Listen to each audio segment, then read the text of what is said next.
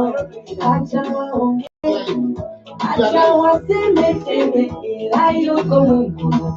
Welcome to the special artist. Let's dance to the music part. Kushindana na mwanadamu mwenye kinywa, hawezi kushindana.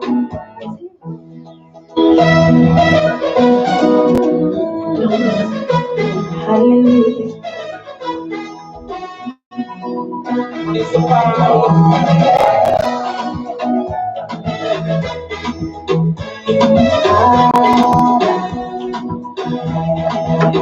Hawezi kushindana, kushindana na mwanadamu mwenye kinywa,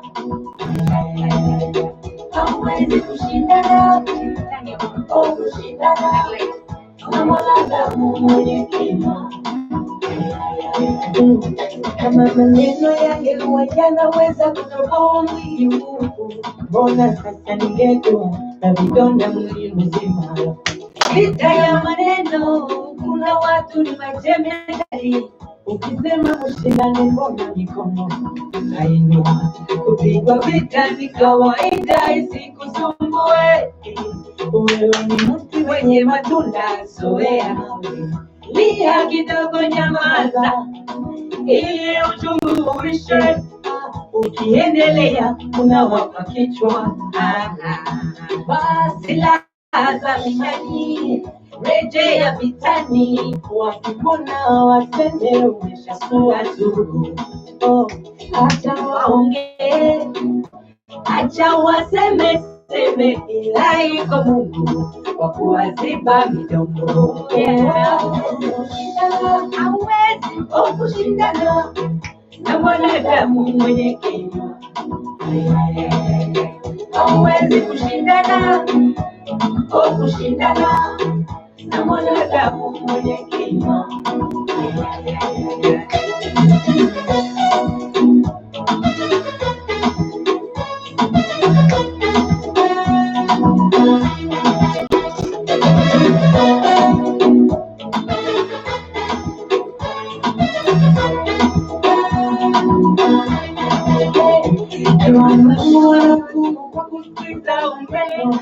Mbona hata matumbo ya mimba yanasemwa sana?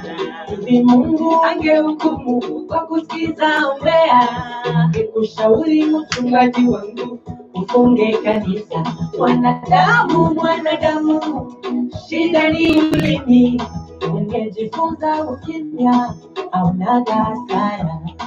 Fulani we fulani, una shida gani na uongo wani?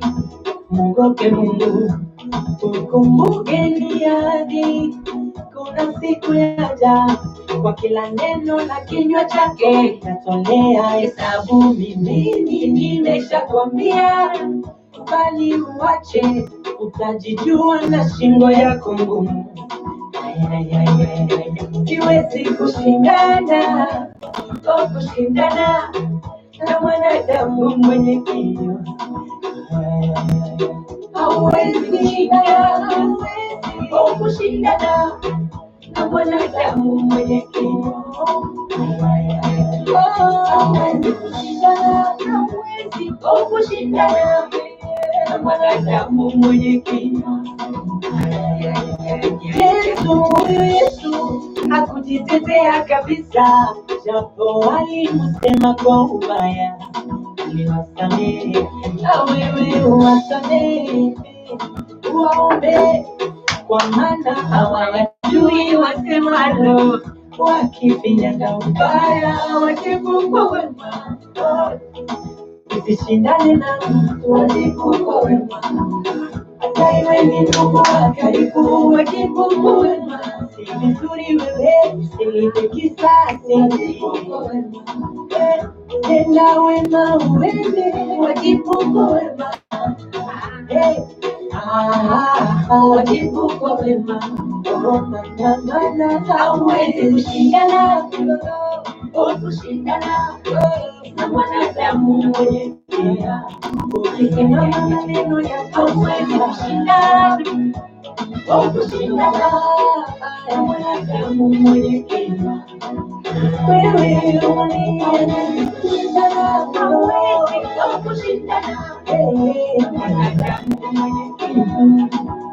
Yapenda ukiwa yapenda ukiwa mwanadamu mwenye kinywa maneno bangili.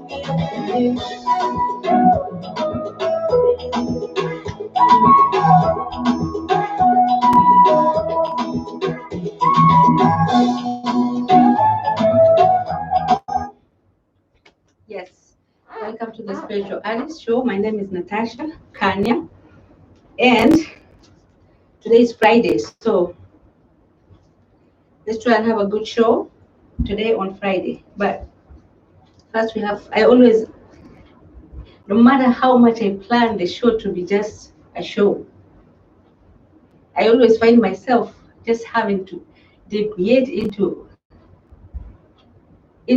some kind of, is it preaching or some, I don't even know how to put it, but there has to be a way God has to come into all this picture. All this is put together by the divinity, the commitment, the sacrifice that you give to the life force that is in you when you ask all the right questions at the time that you don't even want to ask those questions, when life is such a mess, like you really want to go, but you don't know you want to go where sometimes. So I really like talking about my daughter because she projects the same perplexity that I used to have, exactly the same. She asks exactly the same questions with the same insistence and the same energy that I had when I was so young. Like, excuse me, one of those things that it's like you just want them to go, but they can't. She just has to know. I was such a mess. Now I look at her, I'm like, oh, that's me. Is that how terrible I was? She's like, Mom, and this one again, and you must, give answers because they're serious questions. It's about life and people and what you're supposed to do. She knows how to ask them. She knows how to make you sit down. But sometimes she would bring some things out that makes you, even without her saying, sit down, you as a parent, you will sit down. Because you want to listen. And in case you have no clue that the world of conditioning is the most painful world you can ever live in. Watch your children, how terrible they feel in the morning when you force them to wake up in the morning, forcing them into routines of things, and trying to make them have that smile of happiness that is sometimes real. I think the highest that smile can go is close to real. In the world of I want to be this, going to school to become, it is a struggle. It is a world of judgment. It is a world of difficulty. So that is why it's like, I wanted to come and ask the question, if you are in this world, let's say, for example, let's talk about God first before I go into the other things. If you have so many questions about life, for example, if you have gone to every church, you have entered every building called a church or a church building or a worship center or somewhere where people congregate, if you have ever entered and listened and took off to the next destination and continued looking until you have stopped, or maybe you are somewhere, but you are still wondering what is actually the real thing.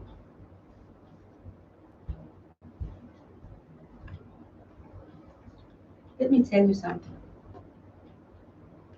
There is no God who has ever left you in your life. That's a lie.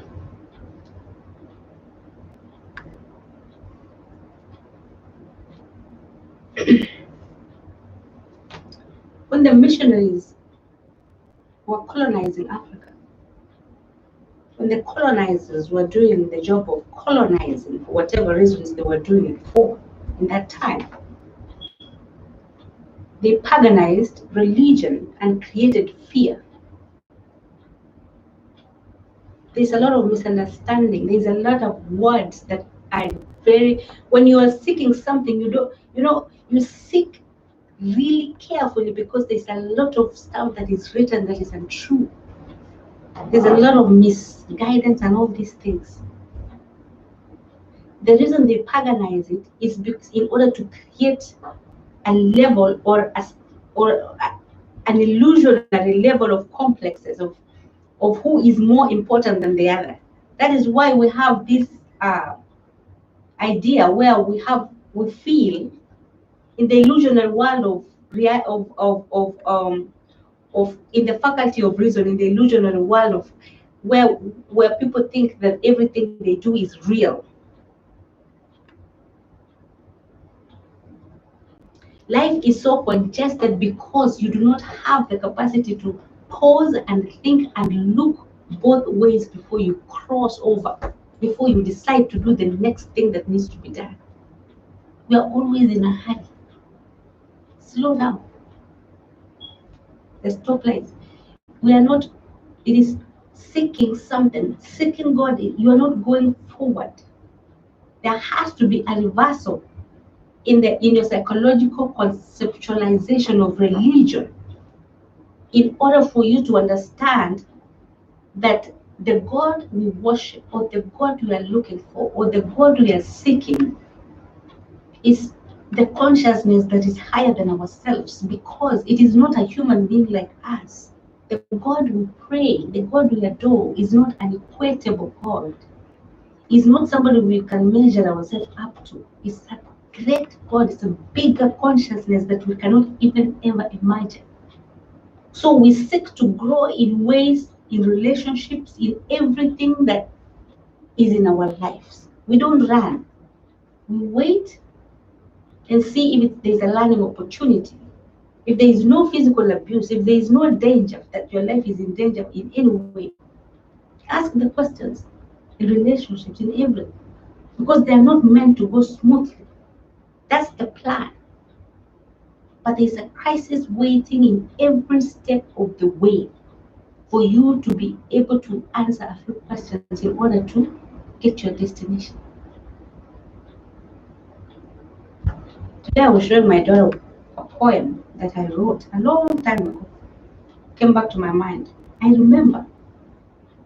reminded somebody on the phone and he was shocked. I was so young. And I remember I asked the question, I said, so now that we are going to school, and I am not able to write and speak in my own mother tongue, I have to speak someone's language, and it is called English. Who is this who mandated all these things? Who decided that it is English language that has to take me through this difficult life? My mother did not have an answer for that one. So you know what I decided? I decided school, I will put everything down. Physics, forget it. History, biology, sorry. That one my body will tell me. Everything else I said the body will tell me. But you know what? I said that the most dangerous language is the one that attacks a human brain, that influences, that seeks to change something, that seeks to adjust a piece of something. That is where the focus should be. A good pastor will teach you to use your brain in a way that you don't allow people to interfere anyhow, the way they want, and teach you the process of forgiveness, and teach you everything else before preaching to the wallet. That's how life should work. That's a good church. I don't know where one is. I'm still looking to. The one I used to go, I cooked tea when people are counting money until I'm not going there anymore. How do you go to church to cook tea for other people? Cooking tea and the mandazi behind the kitchen. and you're very dressed and looking very nice. You're going to church. Say, well, why do people play with this going church business? You look so good. You're in the kitchen. You are saying how many people are sitting there, and you don't even cook tea once. It is every week the same person. Why don't you take chance? You have to sit down and listen. People go to church to listen. They don't go to cook tea. Yeah. And what I found out, they are choosing a specific tribe, a tribe that doesn't care about money. The specific tribe that cares about money are the ones on the altar, preaching and counting the money. The other ones are bringing bread, mandazi and everything. They are cooking the tea. Me, if I have to go to a church where they have to tell me to cook tea, and I cook in my house, I am not going. I am not going to any church to cook tea. Forget it. I drink it in my house. I go to church to listen to the sermon. And when I realized there's too much activity more than preaching, I realized, you cannot sit in front or in the middle because you have to leave any moment. There's danger. When somebody says something that is not appropriate, you're out. You don't have to be there. Some people think it is mandatory to sit in church and listen to even something that is not worth listening to. My friends, you have a choice. If my mouth is spewing anything that does not entertain your spirit, you have a right to just excuse yourself and move away. You don't have to sit there and say, my goodness, what time is it ending? You have not been pinned there. No, there is no glue on the chair. When something does not feel good, excuse yourself and leave. That is exactly how you live your life. Don't waste time acting. Today, my daughter told me, Mom, so which one is your acting voice and which one is your real voice? I said, now there is a new thing in town. I said, now sit down. This one we have to talk about it. So now, which one did you? So she said, I said, so there are two voices. Which one? So which one are you using to talk to me? Is it the acting voice or the real one? She said, oh, for you, I have to speak to you with the real one. The acting one, I have to use it in school. I said, now, is this the new curriculum? For the news after Corona, we now have two voices. Because the other voice has to have a name. Because what I know, a human being has only one voice, and that voice either is crying or talking or doing something, and it does it at one thing at a time. So you have two voices. So are you able to do? She was very confused. My God, she was so confused. I told her, listen, there is nothing like that. I told her, I want you to listen to your voice and master it so that somebody does not lie to you that their voice is your own, because the world is crazy. You know, people can make up things and then they say it was you. So make sure you master that this one is me. I said, this is my voice. I said it. So I said, Amani, do you know the sound of your voice? She said, Mom, you are talking about two things, sound and voice. That is the one I was saying. I said, oh my God, no, they are splitting it for you. It is the same thing. She said, no. I said, yes. Then I said, we are going to school together tomorrow. Who is your teacher? Because I said, this is crazy. She said, Mom, listen, you don't know, me about me. She said, there's an acting voice and there's a little voice. So I just wanted to know your acting. I said, Jesus Christ Almighty, acting voice. That is how trouble starts. It's nothing called acting voice. Now I know now where that smile comes from. So they activate it with words, like acting. Because it looks like a child will get to a place in her life where she knows, even if she is not feeling like smiling, there's the acting part, where they have to fold their face like this. My son has that kind of a smile. I don't entertain those kind of fake smiles myself. It is either I have that smile or I'm crying and I'm fine with it. I don't have to fake anything. For who and for what? And at what cost? And for what price and for what reason? If it is time to cry, let us sit down and cry. Complete crying. Laughing, we completely laugh. But in between things and pretending, that's not life. So it looks to me like This acting boys business work is this kind of smile where you smile, where you have this smile where you have to fold your face. You fold your face like it is a smile, but it is coming from very close to the face itself. It's like it is just the nose which kind of shapes into a mouth, and then it's gone. People smile from their hearts, not even from your face. You see that face? That's why he's doing crazy things. It's not supposed to smile. The smile is a consequence of the heart. A happy heart consequates a beautiful smile. Like you smile from inside. These are the fakeness of please smile. I'm tired for the camera. How long are you going to be smiling for the camera in this life? Is your life smile, real life, or smile for camera life? Are you always smiling for the camera? Huh? Or you are living a real life?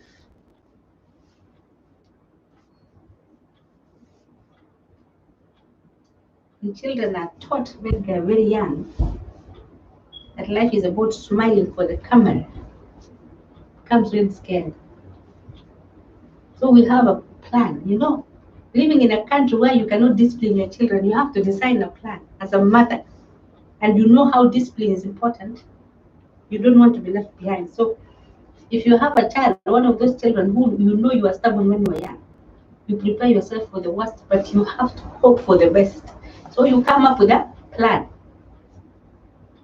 So, because you know the worst thing a child can do is to develop lies, like tricking you or sneaking into your handbag and then trying to act like she didn't. Those kind of things. Those are the things every parent is afraid of, because you do not know what she's doing with that money, and life out there is crazy. So, me and my daughter, I said, Ma, we had a meeting. I said, Amani, you must tell me everything in your life that needs attention. She said, now I need to know what attention is. I said, attention means that needs to be known by a parent, because it can potentially bring problems in future. This is a 7-year-old. She's like, okay, Mom, you have said very complicated things. I said, it is not complicated. I said, I want you to know that nothing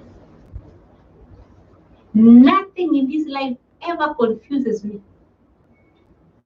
So don't ever lie to me, because I see lies straight up. I see how they look like. My eyes, I see them. And we see them. I said they are very visible. I said lies are very visible.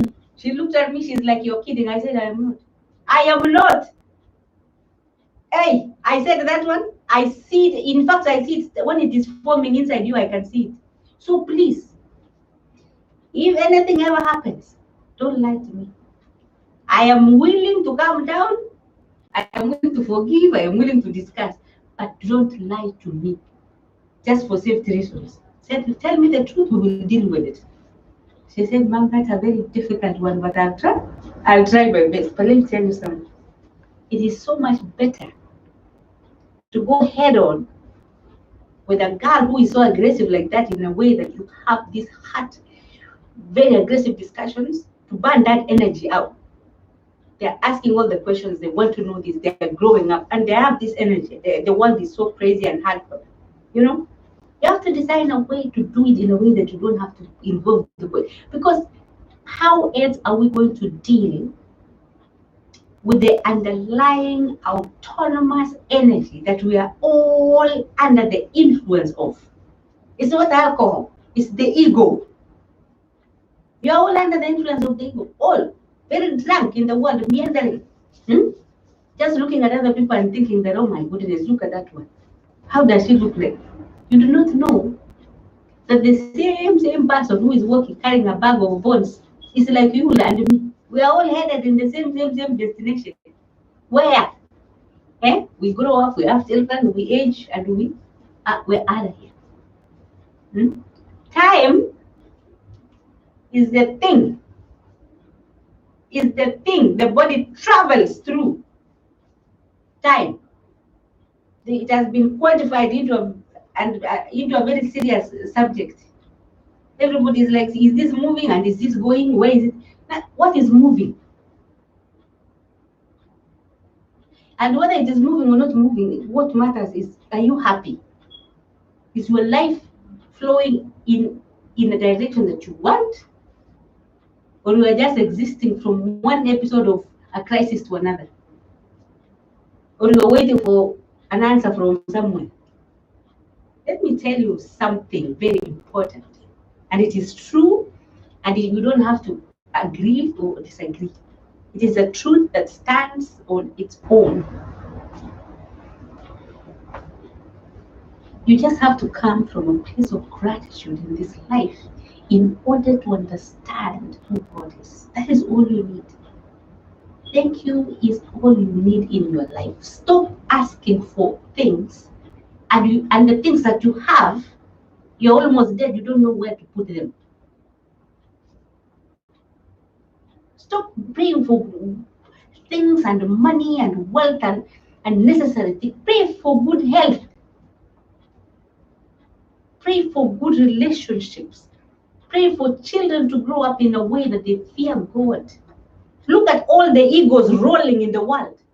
Who wants to get to 70 acting in like a kid? You can have some wisdom. You are bestowed with wisdom. By the time you're 45, you need to be feeling good about yourself and saying, oh my God, I am aging well.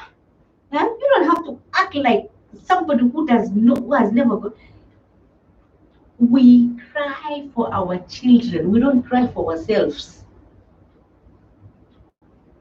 When they say everything works for the kingdom, it means those bulbs of eyes they give you that wait for the sun to shine in the morning for them to also kind of catch the light, and it takes time for those eyes to even catch the light. And sometimes it refuses. You have to go to the hospital for the doctor to see why it is refusing to attack the light and see. Then the 2020 number starts coming down. Blindness is real. We are really blind. Trust me. Nobody can see without the light. No one. Show me one person who can see in the dark. We all need light to see. We all need the sunshine to shine in our lives in order for us to see our path. That is how mind works in the universe. Superior mind. You belong to something bigger than yourself. So stop seeking a God who disappeared a long time ago, looking so lost and miserable in a world of your own, like you're sitting in a cold, miserable place. No, that's not so.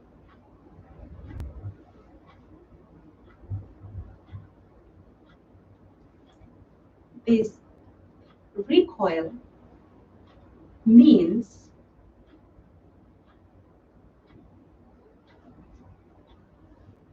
we become fearful of the world and we start declining steadily into a well of fear. And as time passes by, if we don't address that fear, it grows bigger and bigger, and it becomes an obstacle, a distraction, and a problem in our lives. If we continue feeding it, you have to raise your intelligence, your intellectual ability to a place where you understand that there is nothing wrong with you whatsoever, no matter what your mind tells you. You must understand that there is nothing absolutely wrong with you. Believe that it is not about even believing. If you can breathe and you are eating, aren't you okay? What else do you want?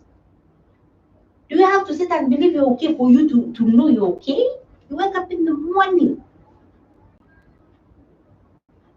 It is a sense of entitlement that makes us want things and material things and asking for this, not looking at the abundant life that we are living. It is the scarcity mindset that makes us feel lonely, deserted, and miserable. It is a scarcity. It is not, you have to have the ability to be grateful, to develop Yeah, gratitude in the smallest things, so that even the big things you're able to say thank you. Have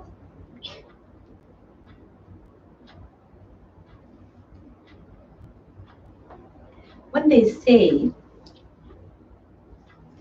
I will say this again and again and again and again until it clicks, because it's the only way you can get it.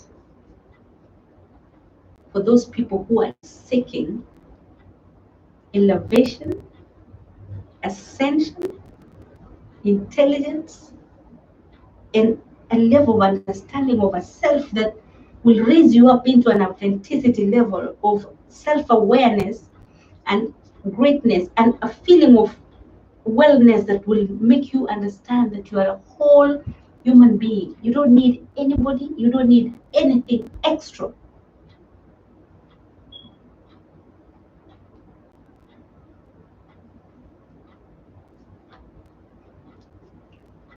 In understanding,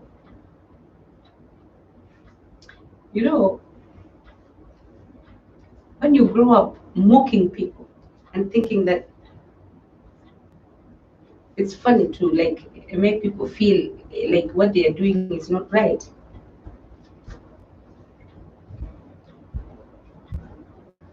I remember when I was growing up and the Sunday schools at home, stuff like that, and we're running after the pastors and fighting them and telling them things about, judging them like in public and doing things like that. And I remember one day my friend saying, when you start chasing these pastors, you will end up becoming a pastor. One day I told her, listen, I will never, never preach. So please don't say never. Don't say never in your life. I told her, preach. You see, even this preacher. That is why I'm really careful not to start this. Because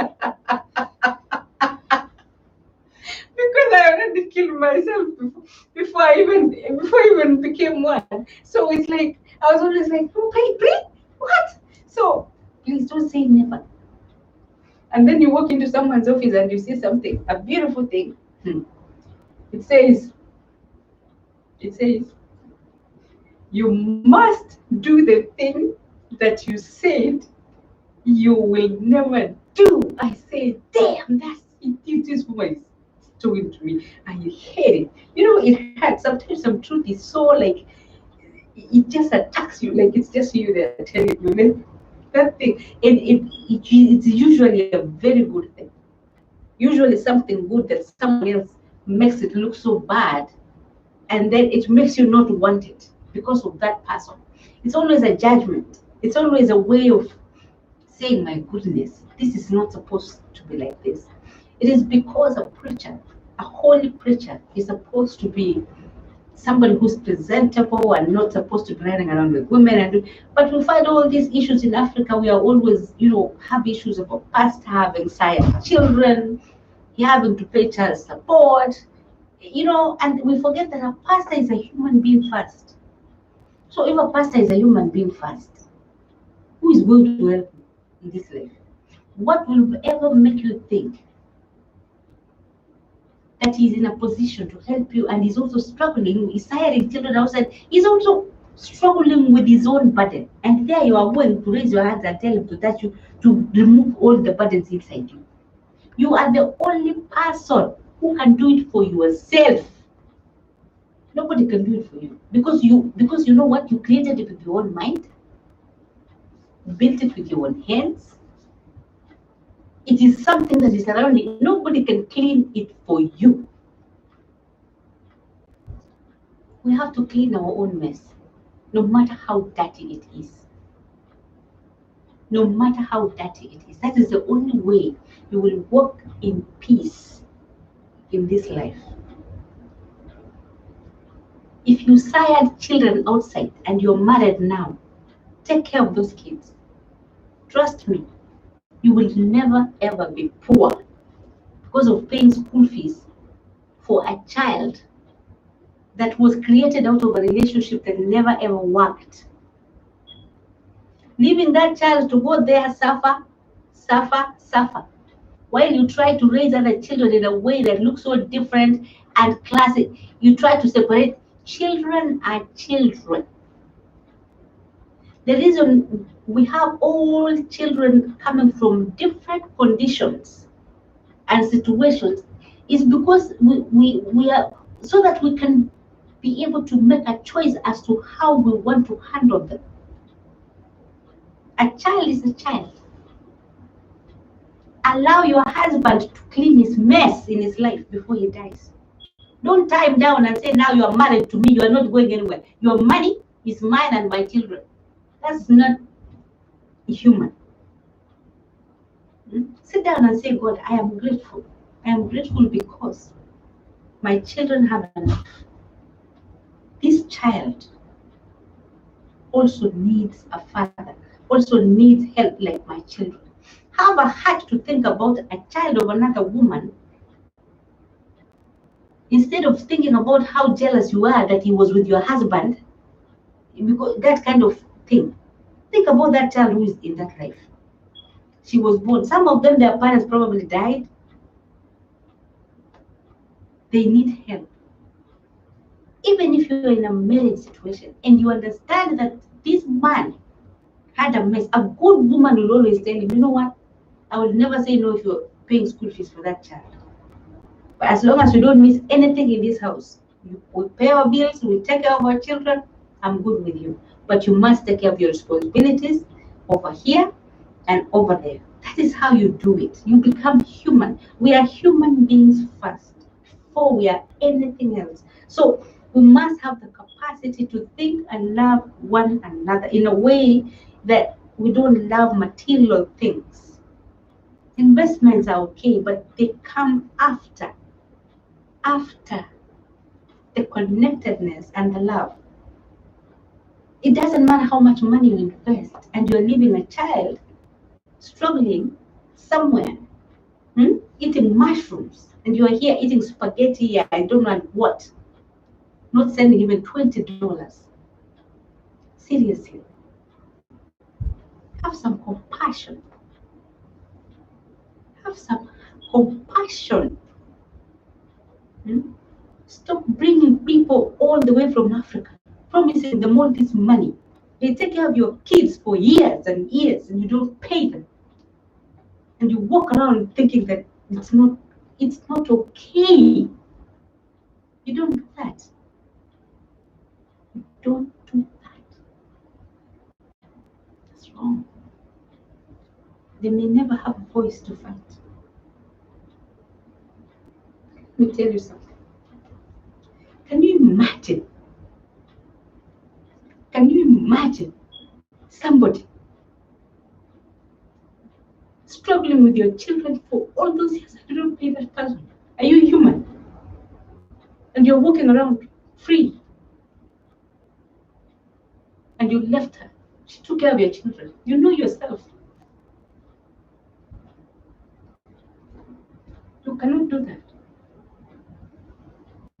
She leaves her poverty to come and clean your house.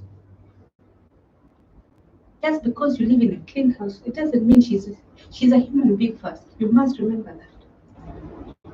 And if you're alive, fix that mess. Fix it, because it hurts. It hurts like hell. I talked about it today. You don't do that. It's wrong. We were born into a culture where we have to fear such things. You do not hold a human being and do such things, and then you walk around as if you're a free person. What kind of a human being do you think you are?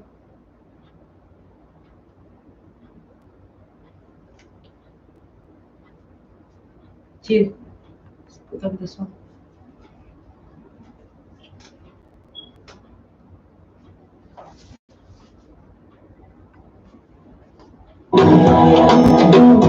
Kama maneno yangekuwa yanaweza kutoboa mwili huu, mbona sasa ningetua na vidonda mwili mzima? Vita ya maneno, kuna watu ni matemedari, Ukisema ushindane mbona mikono utainua? Kupigwa vita ni kawaida, isikusumbue. Wewe ni mti wenye matunda, zoea mawe. Lia kidogo, nyamaza, hii uchungu uishe.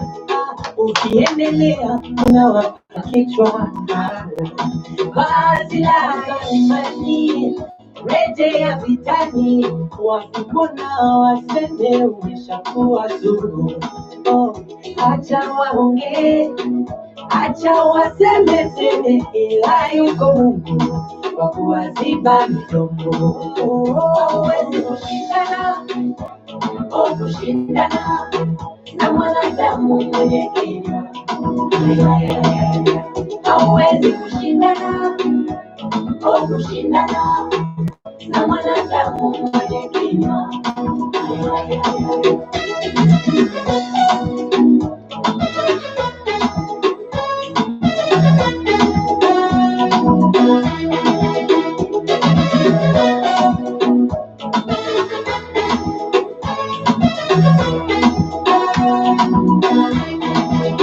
Ikiwa Mungu anahukumu kwa kusikiza umbea, mbona hata matumbo ya mimba yanasema sana? Hivi Mungu angehukumu kwa kusikiza umbea, nikushauri mchungaji wangu ufunge kanisa. Wanadamu, shida ni ulimi. Ungejifunza ukimya, haunaga hasara. Fulani we fulani, una shida gani na uongo wani? Mwogope Mungu, ukumbuke miadi. Kuna siku yaja, kwa kila neno la kinywa chake tatolea hesabu. Mimi nimeshakwambia, kubali uache, utajijua na shingo yako ngumu. Siwezi kushindana na mwanadamu mwenye kinywa. Hauwezi kushindana na mwanadamu mwenye kinywa. Hauwezi kushindana na mwanadamu mwenye kinywa. Huyu Yesu hakujitetea kabisa, japo walimsema kwa ubaya.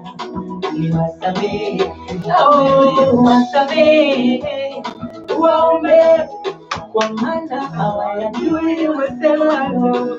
Wakifinyanga ubaya, usishindane na mtu wajifungo wema. Hata iwe ni ndugu wa karibu, wajifungo wema. Si vizuri wewe kisasi, wajifungo wema. Tenda wema uende, wajifungo wema.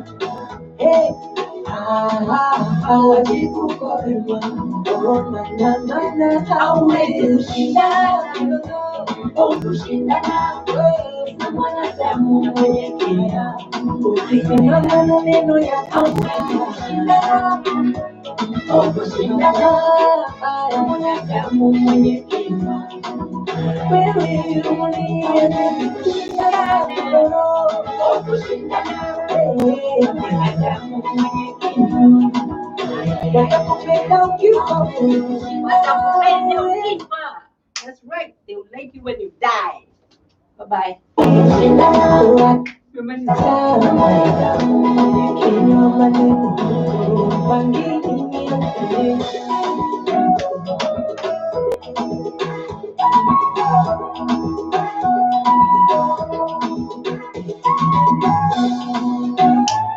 Thank you for watching. And we do not want the rights to the music. Thank you for watching.